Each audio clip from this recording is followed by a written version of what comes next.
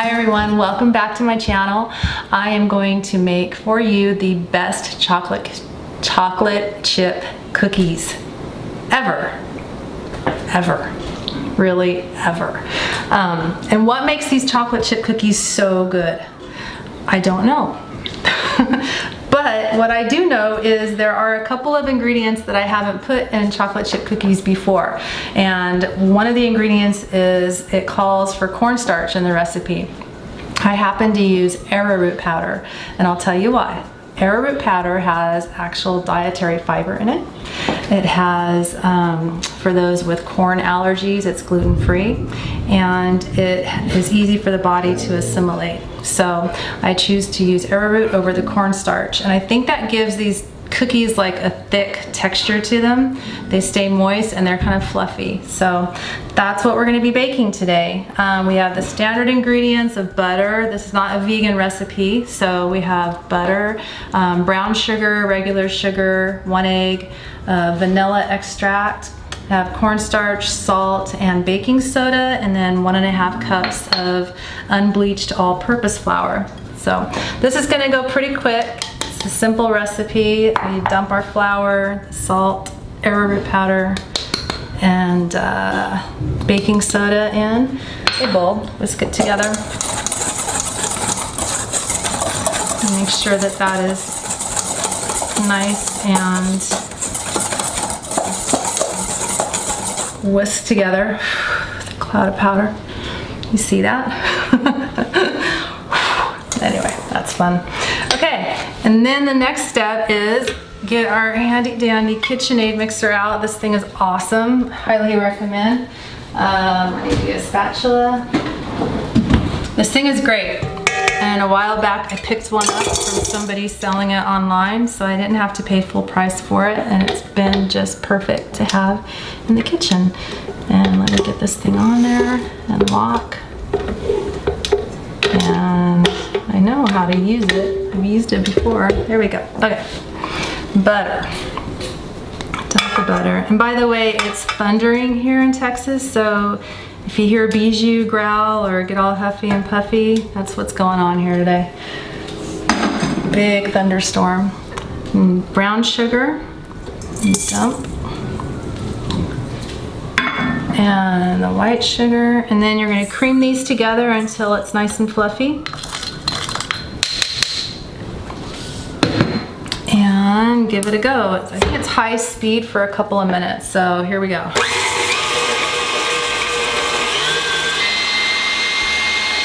I like to stop it halfway through because you get the butter sticking on the sides. It's kind of fun today. Okay. Because you get the butter sticking on the sides, so you want to scrape all that down and make sure everything gets mixed well together. You know, I did this a couple of days ago, this recipe, and wound up burning after the batch because I got in a very interesting conversation with somebody who's very interesting, and I lost track of time. So I'm doing it again today, and why not? More cookies to eat.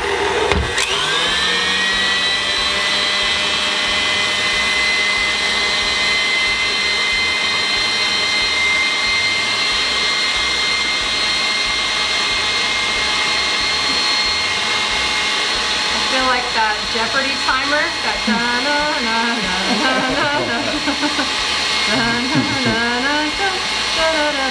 okay. You can hear that thunder out there. Okay, so those look nice and creamed together. There she is. There she is. There's her protest. Okay, so we're gonna take the vanilla. Put it in. I know, that darn thunder. How dare it. And then crack our egg. I like to do it in a separate bowl before I add it to the recipe, just in case I get some egg shell fragment. And there we go. And then we're gonna do medium speed for just a minute, just till it's all nice and mixed together. Okay. All right. Add the dry stuff. Here we go. We're gonna add the dry stuff stir in the chocolate chips, and then I'm gonna drop it onto some baking sheets. So there's two ways you can do this. On the recipe, you can either put the whole bowl of dough into the refrigerator for 2 hours, or you can drop it onto, at ball size onto the cookie sheets and stick it in the freezer for about 20 minutes before you bake it. And I'm not sure what that does either, because I'm not no high-tech chef, but I know that it does make good cookies to put it in the freezer like that, or the fridge. All right, so we're gonna add the flour just until it's mixed together on medium speed.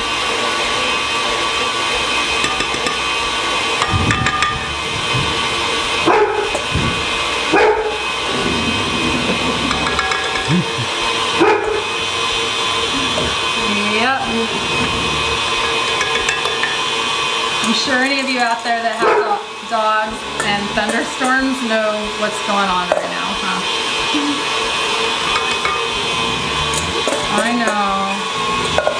I know. Okay. What a cloud. I don't remember flour making such a cloud before. Alright. So you just do that. You don't want to over mix it, and we'll do the rest by hand. So we'll pull that up. Go ahead and scrape off the spatula. These don't last very long in the house. I'm mostly a good eater, as you all know. I've put posts of recipes and things on my social media for some time, and I'm mostly a good eater, but I do like to have some kind of something sweet in the house, you know, because we all have that inner child that screams once in a while for ice cream or cookies or whatever your sugary vice is. I just happen to like these a lot, this recipe, so try to keep these in the house every couple months. All right, let's get this thing off and get over here so we can really mix it. Now I did wash my hands before I started, so I'm gonna do this. Pull it off of the mixer. I know, Bijou, it's not fun for you.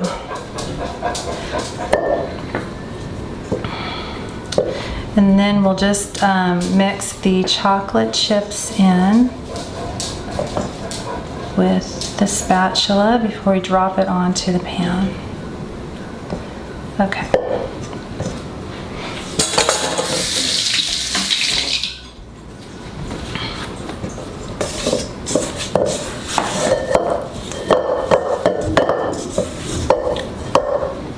And I'm using dark chocolate chips, my preference. And I use a little thing that looks like an ice cream scoop to portion out the cookies. It's just easy to me to do this instead of trying to use 2 spoons, plus they stay at the same size, which makes it look really fancy at the end.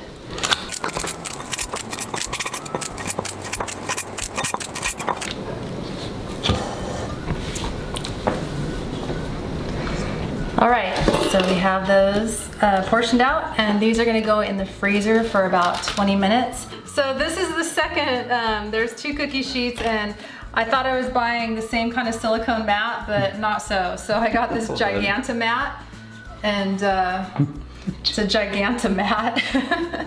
But if I'm ever gonna make pies, then I've got like this circle thing that you're able to like roll out. We're gonna double it up and try and experiment and put it on the cookie sheet and see if they bake uniformly like the other one does. So let's do that again. Just portion them out. Oh, they're a little sticky right now. Okay, this last one is lacking some chocolate chips. So I'm gonna go and get the bag out and help it out a little bit. So there's that last one. And again, I'm opting to put these in the freezer for 20 minutes. If you don't have freezer space to portion the cookies out and stick cookie sheets in the freezer, then you can put the dough in the refrigerator for 2 hours. And here we go. The ones that are lacking, go ahead and plop some in here.